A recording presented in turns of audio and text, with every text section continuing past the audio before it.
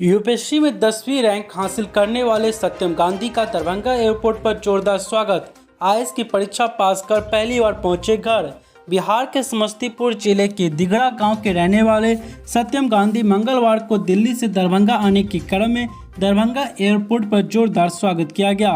Omega study centre की पूरी team उनके ननिहाल बरमपुर से पहुंचे मामा मामी एवं सैकड़ों की संख्या में उपस्थित लोगों ने सत्यम गांधी को स्वागत किया। दरभंगा एयरपोर्ट से निकलते ही लोगों ने स्वागत में फूलों की बरसात शुरू कर दी। वहीं मीडिया से बात करते हुए सत्यम गांधी ने कहा कि दिल्ली जाने से पहले हमने जो सपना देखा था उसे हमने लगातार अपनी मेहनत कर हासिल किया।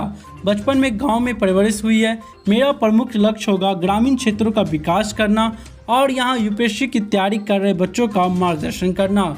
वहीं मौके पर उपस्थित ओमेगा स्टडी के चेयरमैन सुमन कुमार ठाकुर ने कहा कि यह गौरव का क्षण है। हमारी माटी पानी से इस भूमि से यह प्रतिभा निकली है और पूरे देश स्तर पर नाम रोशन किया है, साथ ही क्षेत्र का भी नाम रोशन किया है। हमारी उम्मीद है कि आगे देश सेवा में जो उनका सराहनीय योगदान होगा इस मिट्टी पानी से जोड़कर देखा जाएगा।